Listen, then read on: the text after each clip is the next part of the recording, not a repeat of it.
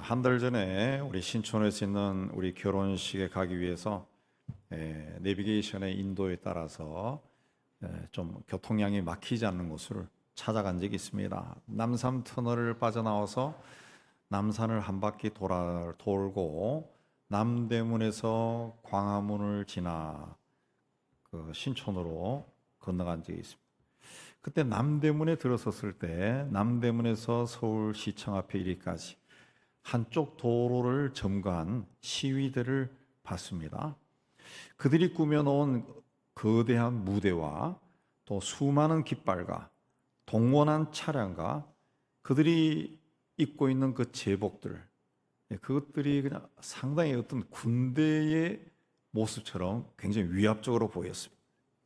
제가 학교 다니던 70년대 후반에서 80년대 중반까지는 주로 그 데모를 대학생들이 했는데 그런 무대도 없고 평상복 차림으로 또 마이크도 없고 좀 사용한다 그러면 메가폰을 들고 아니면 대부분이 그냥 소리를 질러서 전달했습니다.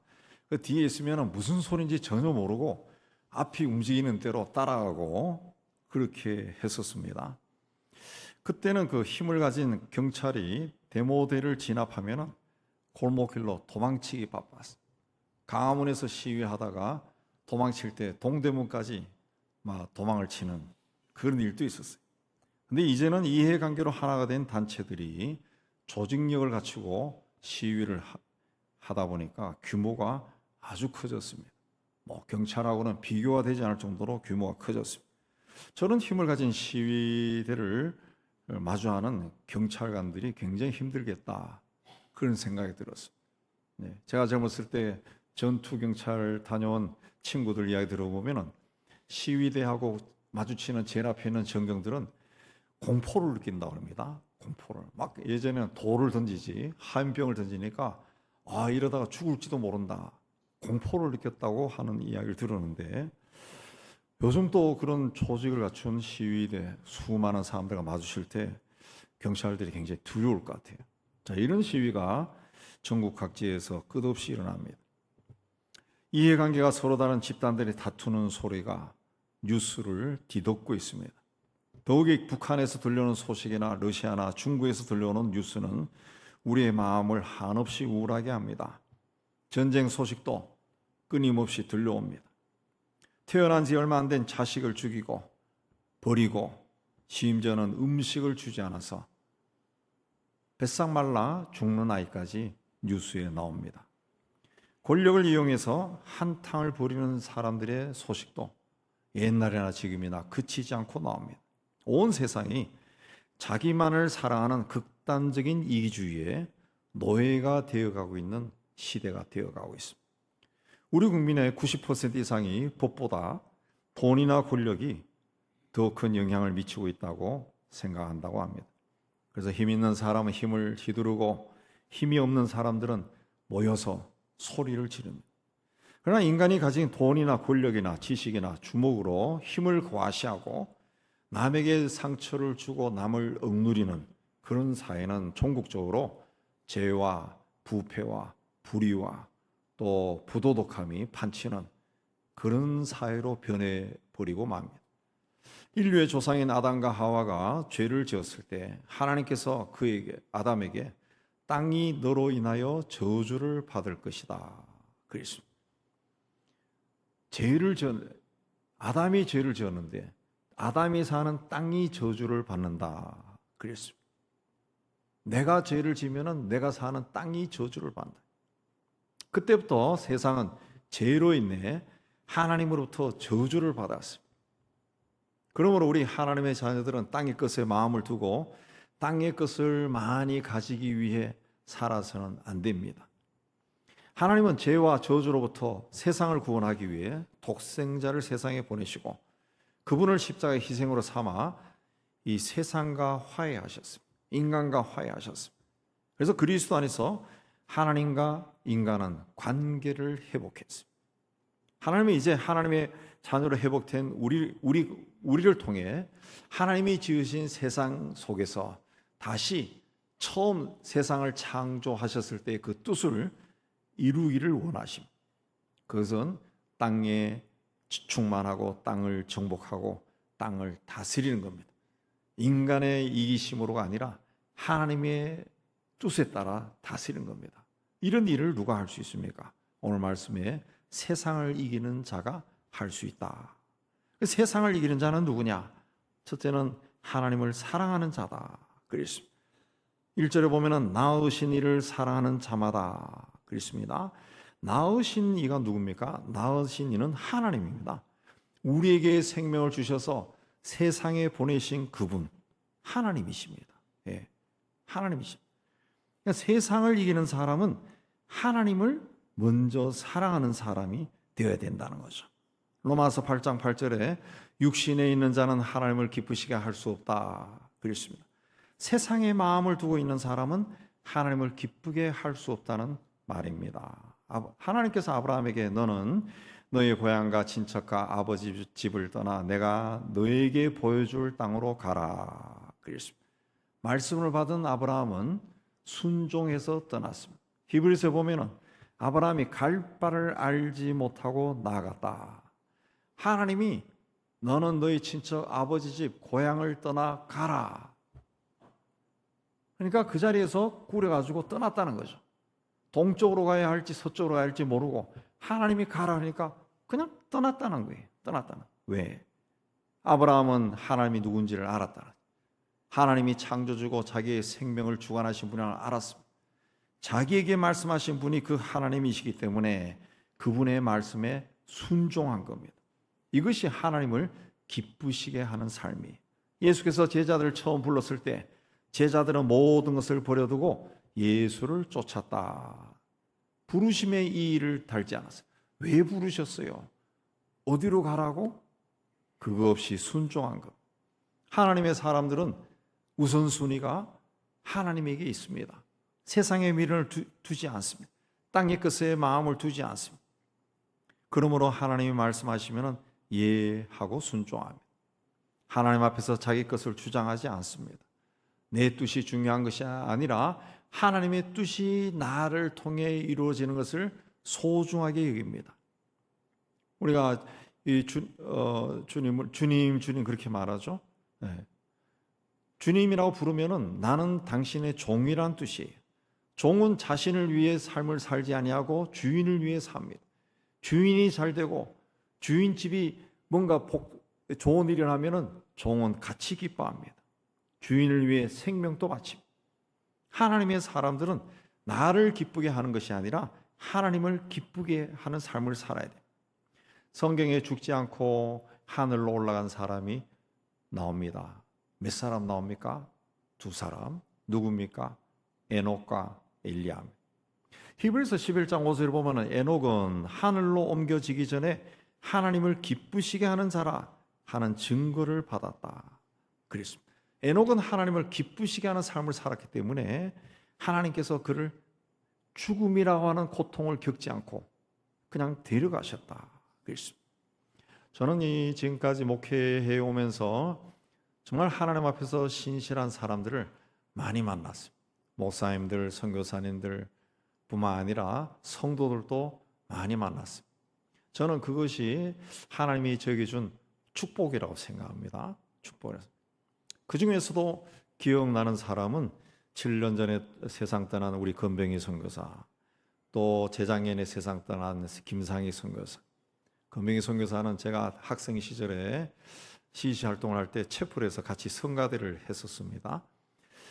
신학교 가면서 소식이 끊겼는데 어느 날 이 조선일보에 제가 은영교회 와서 목회하다가 조선일보에 기사가 난 걸 보고 이 친구가 선교사로 왔구나 해서 연락해서 그때부터 쭉 교제하다가 먼저 세상을 떠났습니다. 김상희 선교사도 학생 때 시에서 훈련받다가 처음 알았는데 신학교에 가서 또 만났어요.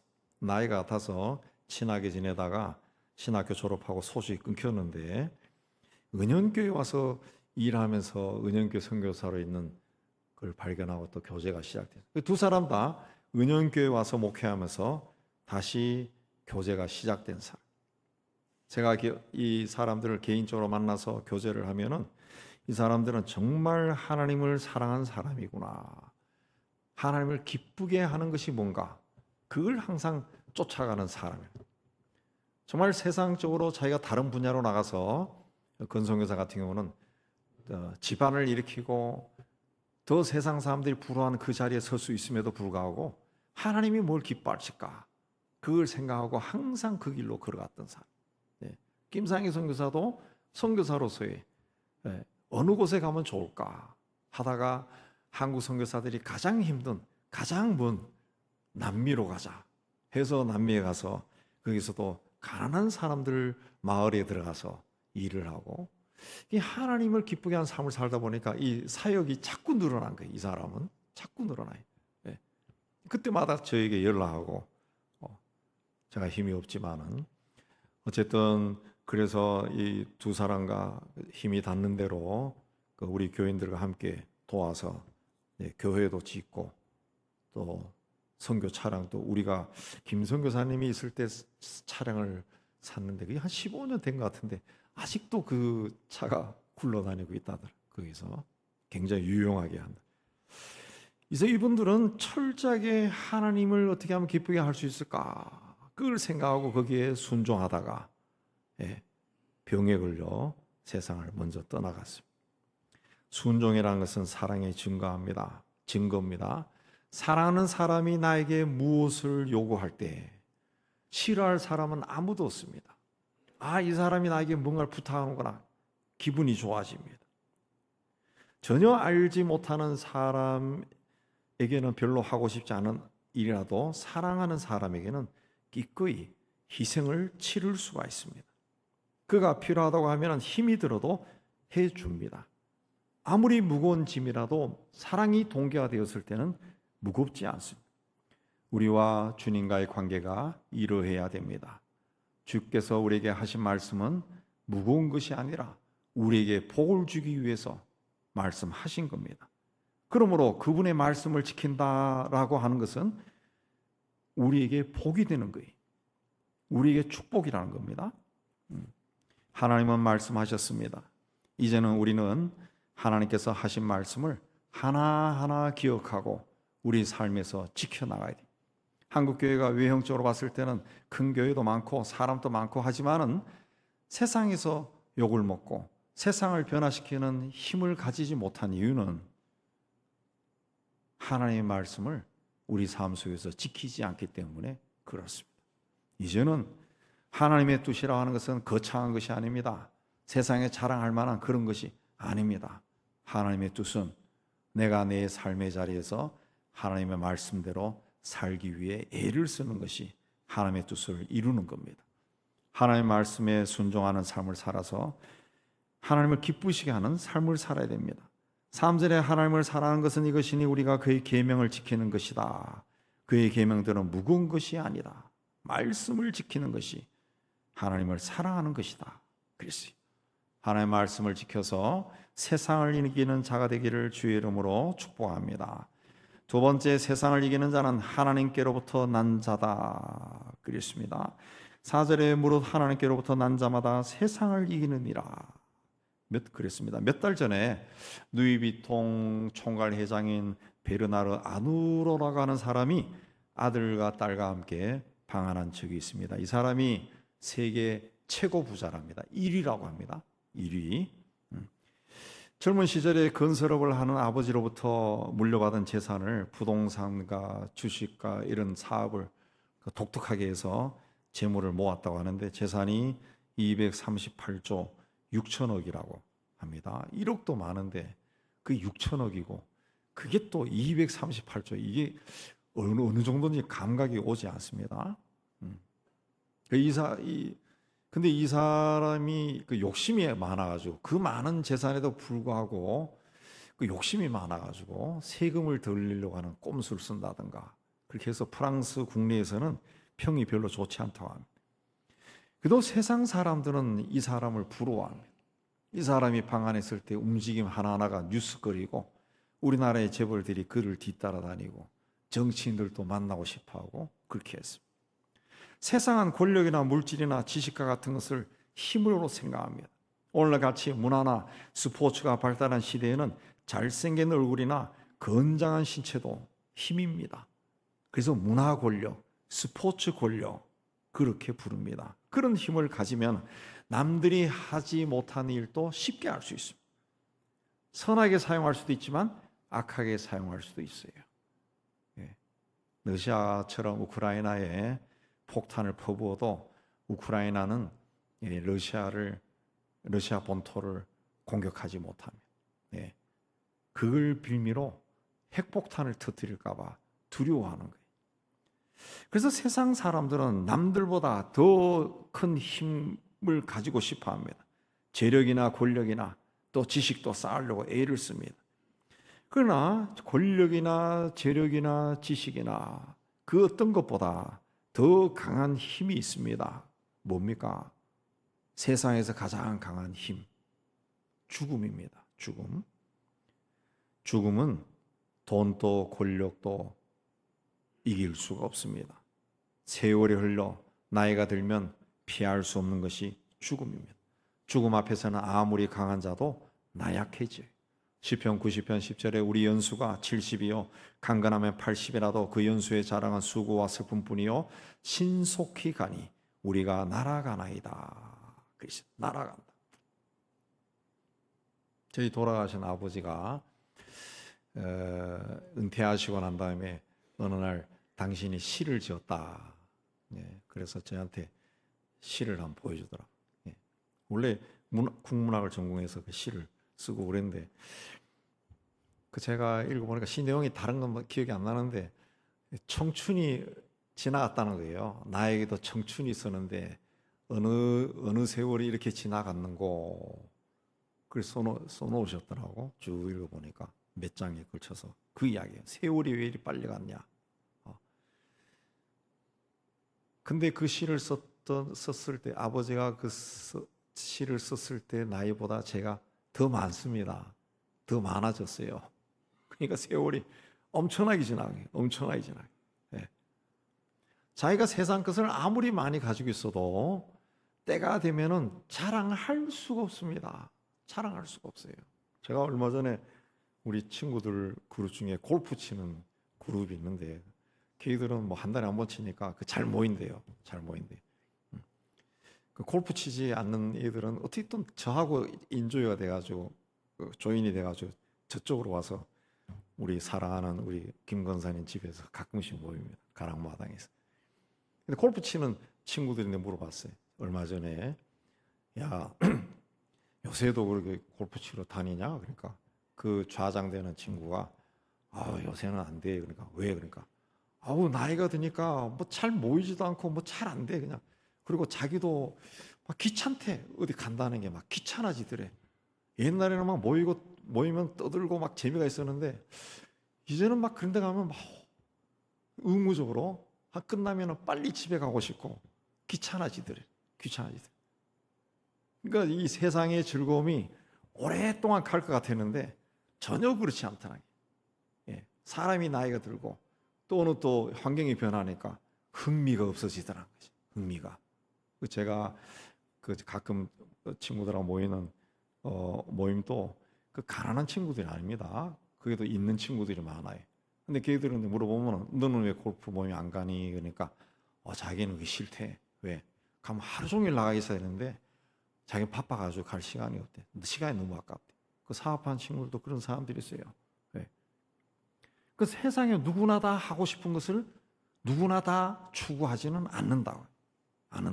예.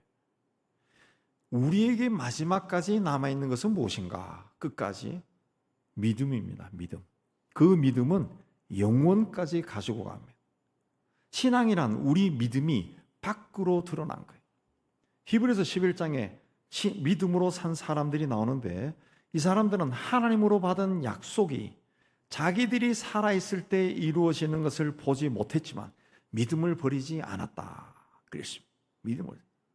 자기가 기도했을 때 분명히 하나님께서 예스라고 응답을 하셨다는 것이죠. 그걸 생각하면 막 기분이 좋아. 근데 언젠가 이루어질 거니까. 근데 죽을 때까지도 이루어지지 않았다는 것이죠. 그래도 믿음이 약해지지 않았다. 믿음을 포기하지 않았다. 하나님은 나와 함께 하신다. 그래서 하박국도 그랬죠. 그리 아니하실지라도 나는 여호와를 찬양하고, 하나님이 그렇게 하지 않는다도 하나님은 여전히 계시고 나를 사랑하고 내 삶을 인도하신다. 믿었다. 요셉은 형제들에 의해서 노예로 팔려가 인간으로 견딜 수 없는 노예 생활을 했습니다. 모함으로 억울하게 감옥에 갇히게 됐습니다. 노예 출신이니까 아무도 관심이 없었어요. 그러나 그의 믿음은 흔들리지 않았습니다. 훗날 양식을 구하러 온 형들을 만났을 때 총리가 된 요셉이 하나님이 생명을 구원하시려고 나를 당신들 앞서 보내셨습니다. 그랬습니다. 자기가 참 고통스러운 삶을 살았지만 자기 삶에서 일어난 그 사건들을 하나님의 인도하심으로 고백한 겁니다. 하나님의 뜻이 있어서 나를 고난 속에 집어넣었구나 받아들인 거예요. 히브리서에 그래서 이런 사람은 세상이 감당하지 못하느니라 그랬습니다. 믿음으로 사는 사람은 세상이 감당할 수 없어요. 고난을 만나면 쓰러져야 되는데 오히려 믿음이 강해진다는 거예요. 루즈벨트 대통령은 젊은 시절에 이미 사회적 지위와 그 물질적인 풍요를 다 갖췄던 사람이, 근데 불행하게도 39살에 소아마비에 걸렸습니다. 그러나 좌절하지 않고 각고의 재활 운동 끝에 4번이나 대통령에 당선되었습니다. 휠체어를 타고 다니면서 뉴딜 정책을 통해 세계 대공황을 극복하고 2차 대전을 승리로 이끌었습니다. 보물섬의 작가인 스티븐스는 결핵이 목구멍까지 차오르는 그런 고통 속에서도 아이들에게 꿈과 희망을 주는 소설을 썼습니다. 데레사 수녀는 만성두통에 시달리면서도 하나님께서 맡기신 사역을 했습니다.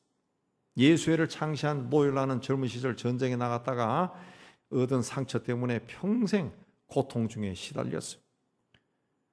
이들 모두 매일매일 미칠 듯한 고통과 싸우면서도 인류 역사에 큰 업적을 남겼습니다. 믿음의 사람은 역경 속에 좌절하지 않습니다.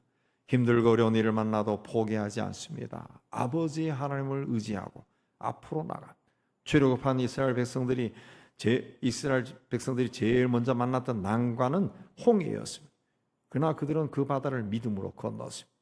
적과 꿀이 흐르는 땅을 정복하러 들어간 이스라엘 백성들에게 제일 먼저 나타난 것은 견고한 여리고 성이었습니다. 그러나 믿음의 사람에게는 문제가 되지 않았습니다. 다윗이 죽기 전에 아들 솔로몬에게 성전 건축을 부탁하면서 내가 환난 중에 여호와의 성전을 위하여 심히 많이 준비하였다 그랬습니다. 믿음의 사람들은 환난 중에도 좌절하지 않고 절망하지 않고 포기하지 않고 주저하지 않습니다. 가야만 하는 길이라면 갑니다. 해야 하는 일은 한다는 거예요. 눈물을 흘리면서도 씨를 뿌린다는 거예요. 그래서 세상을 이기는 자가 되는 겁니다. 세상을 이기는 자는 하나님께로부터 난 자다. 하나님에 의해서 새 생명을 받은 자다. 그랬습니다. 하나님이 누굽니까? 천지 만물을 지은 창조주입니다. 인간의 생사합을 주관하시는 하나님, 그분입니다. 그분이 나와 늘 함께 하시고 나를 생각하신다는 믿음을 가진 사람이 세상을 이긴다. 이 믿음으로 여러분도 세상을 이기는 자가 되기를 주의 이름으로 축복합니다. 세 번째, 세상을 이기는 자는 예수가 하나님의 아들이심을 믿는 자다 그랬습니다. 12절 믿는 자다 그랬습니다. 5절 12절에 돈이나 권력은 힘입니다. 그래서 세상은 돈이 있는 사람이나 권력이 있는 사람이 힘을 쓰고 그래서 힘을 가지기 위해 애를 씁니다. 그러나 돈과 권력으로 세상을 정복할 수 없습니다. 로마 제국은 초대교회 성도들과는 비교가 되지 않을 정도로 막강한 힘을 가졌지만은 그리스도인들에게서 소리 없이 정복되고 말았습니다. 그래서 사도행전 1장 8절에 성령이 임하시면 권능을 받고 주의 증인이 되리라. 세상이 무력으로 힘으로 나를 지배하고 할지라도 내가 성령으로 충만하면 그 세상을 이길 것이다 그랬습니다. 그리고 주의 증인이 된다 그랬습니다. 하나님의 손에 사로잡힌 자가 세상을 이깁니다. 왜? 하나님의 능력이 나에게 임하기 때문에 그렇습니다. 우리 환경은 우리 믿음을 나약하게 만들 수 있는 것으로 가득 차 있습니다. 때로는 어떻게 대처해야 될지 모를 정도로 당황한 순간도 있습니다. 하는 일이나 혹은 꿈꾸고 기대했던 일들이 제대로 풀리지 않고 또 성과가 나타나지 않으면 실망하거나 좌절합니다. 그런 일이 계속해서 일어나면 나는 아무것도 할 수 없네. 심지어는 하나님은 나에게 관심이 없는가 봐. 이런 생각에 사로잡혀 무기력증에 빠지기도 합니다. 때로는 두렵습니다. 그러면은 그걸 이기려고 하는 시도조차 하지 않습니다. 예수 믿는 사람에도 불구하고 부정적이고 비관적인 생각에 사로잡혀 살아갑니다. 그러나 주님은 절대 그런 분이 아닙니다. 주님은 우리를 구원하기 위해 하늘 보좌를 버리시고 우리와 같은 사람으로 세상에 오신 분이에요. 세상에 태어나서 아기부터 어린 나이, 청소년, 청년 시절을 똑같이 겪으면서 사람이 겪을 수 있는 모든 것을 겪고 목격하고 느끼고 생각하신 분이에요. 인간이 겪는 슬픔과 고통과 아픔과 좌절이 어떠한가, 또 인간이 당하는 억울함과 비난과 모욕과 수치가 어떠한가, 주님은 그 누구보다 잘 아십니다. 또 인간이 가질 수 있는 행복과 기쁨과 사랑은 어떤 것인가, 주님은 너무나 잘 아십니다. 그렇기 때문에 세상의 그 어느 누구보다도 나의 삶을 가장 잘 이해하고 또 내게 도움을 줄 수 있는 유일하신 분이 주님이에요. 이 주님이 우리를 사랑하신다 그랬습니다. 우리를 사랑하신다 그랬습니다. 그래서 바울은 이 모든 일에 우리를 사랑하시는 이로 말미암아 우리가 넉넉히 이기느니라 그랬습니다. 5절에 보면은 예수께서 하나님의 아들이심을 믿는 자가 아니면 세상을 이기는 자가 누구냐 그랬습니다. 예수께서 하나님의 아들이라는 것을 성령께서 증언하신다 그랬습니다. 6절에 9절에서는 하나님도 그 아들에 대해 증언, 성령도 하나님 아버지도 예수가 하나님의 아들이라는 것을 증언하신다 그랬습니다. 이걸 믿지 않는 자는 하나님을 거짓말하는 자로 만든다 그랬습니다. 하나님은 우리에게 영생을 주셨고 이 생명이 아들 안에 있다 그랬습니다. 그러므로 아들이 있는 자에게는 생명이 있고 아들이 없는 자에게는 생명이 없다 그랬습니다. 우리는 예수 그리스도가 하나님의 아들이심을 믿는 사람이에요. 그래서 하나님부터 생명을 받았어요. 그리스도 안에서 새로운 생명을 가진 새로운 피조물이 됩니다. 예수 믿기 전에 나와 예수 믿은 후에 나는 철저하게 다르다니. 예수님이 태어나기 전에 BC가 있었다. 비포 크라이스트가 있고 예수 태어난 이후에 AD가 있는 것처럼 지금 AD 2023년 아니에요. BC와 AD가 예수를 기점으로 갈라진 것처럼 우리의 삶도 예수 믿기 전과 예수 믿은 후가 다르다는 거예요. 내가 봤을 때는 아이고 뭐 예수 믿기 전이나 믿은 후나 뭐 별 차이가 없는 것 같은데 나라고 하는 인간이 그렇고 그렇지 뭐 그러지만은 영적으로 봤을 때 하나님이 봤을 때는 전혀 다르다는 거예요. 전혀 다르다는 거예요. 예수 믿은 후에 우리에게는 하나님이 임마누엘로 함께 하심. 우리와 함께 하시는 하나님은 어떤 분입니까? 천지 만물을 창조하신 분. 이걸 깨달았던 바울은 내게 능력 주시는 자 안에서 모든 것을 할 수 있다. 천지 만물을 창조하시고 인간의 생사합을 주관하시는 하나님이 나와 함께 하시는데 나에게 능력을 주시는데 내가 못할 일이 무엇이 있느냐? 선언한 거예요. 우리도 이 믿음을 가져야 됩니다. 예수 그리스도에 의해서 내가 하나님의 자녀가 되었는데 두려울 것이 뭐가 있겠느냐? 천지 만물을 주장하시고 창조하시고 인간의 생사합을 주관하신 하나님의 자녀인데 나에게 두려울 것이 뭐가 있어요? 그러므로 이 믿음을 가졌을 때 세상을 이기는 자가 될 수 있는 겁니다. 세상을 이기는 자는 이 하나님을 사랑하는 자입니다. 하나님께로부터 난 자입니다. 예수가 하나님의 아들이라는 것을 믿는 자입니다. 극단주의, 이기주의가 지배하는 세상 속에서 우리 믿음의 사람들은 이 세상에 휩쓸리지 않고 세상을 이기는 자가 돼야 돼. 그러면은 하나님께서 우리를 통해 일을 하실 수가 있고 우리는 우리의 삶의 자리에서 그리스도의 향기를 뿜는 자가 될 수가 있습니다. 주님이 주시는 능력 가운데 거하는 자가 되어 세상을 이기고 하나님의 뜻을 이 땅 위에 실현시켜 나가는 주님이 사용하는 귀한 그릇이 되기를 주의 이름으로 축복합니다. 하나님 아버지, 우리는 연약하고 부족하지만은 하나님이 우리를 봤을 때는 전혀 그렇지 않는 자라는 것을 우리가 깨닫게 하여 주시기를 원합니다. 우리는 천지 만물을 지으시고 인간의 생사를 주관하시는 하나님의 자녀라는 것을 다시 한번 기억하게 하여 주옵소서. 이제는 죄가 또 이기주의가 흘러넘치는 세상 속에 들어가서 세상을 이기는 자로 살 수 있도록 믿음의 믿음을 다하여 주옵소서. 우리 앞에 닥친 그 어떤 것도 두려워하지 아니하고 우리가 주의 이름으로 물리치고 믿음으로 승리하는 저희가 될 수 있도록 은총을 내려 주옵소서. 예수님 이름으로 기도하옵나이다. 아멘.